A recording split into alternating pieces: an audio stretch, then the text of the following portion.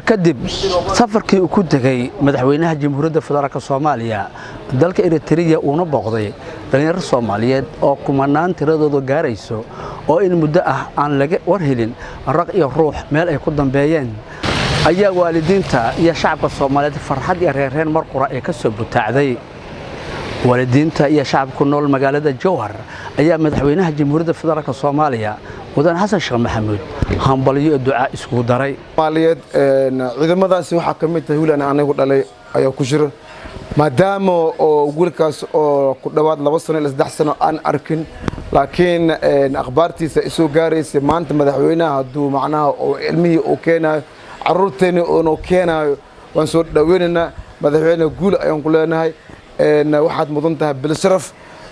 marka ilaaha ku sharafo carruurteeni haddaad noo soo celisay alxamdulillaah rabbil caalamiin maanta sida ay ka sugnaatay aab Soomaaliyeed ayanahay waan ku hambaleynayaa janta barjanta aan ku leeyahay jir oo joog jalla madaxweyne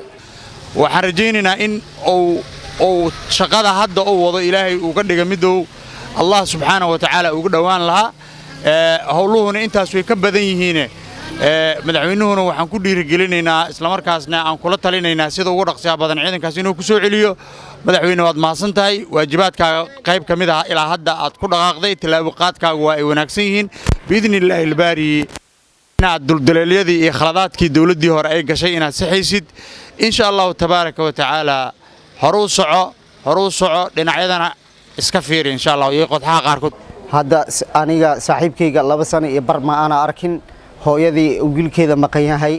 sidee bay noqon lahayd sidee maxayna ku sugnayd marka alxamdulillaah marka waxa waa niyad weyn oo degtay ka bulsho ahaan marka waxyaalaha noo balan qaaday madaxweynaha Soomaaliya oo nagu yiri waxyaalahaas wax ka qabanaya awalan waa aragnay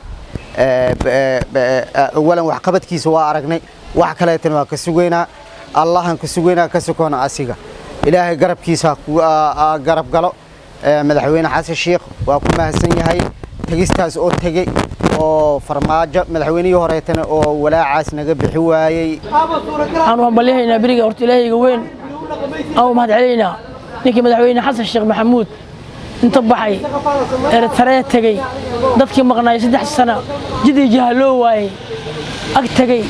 doonay soo wado horta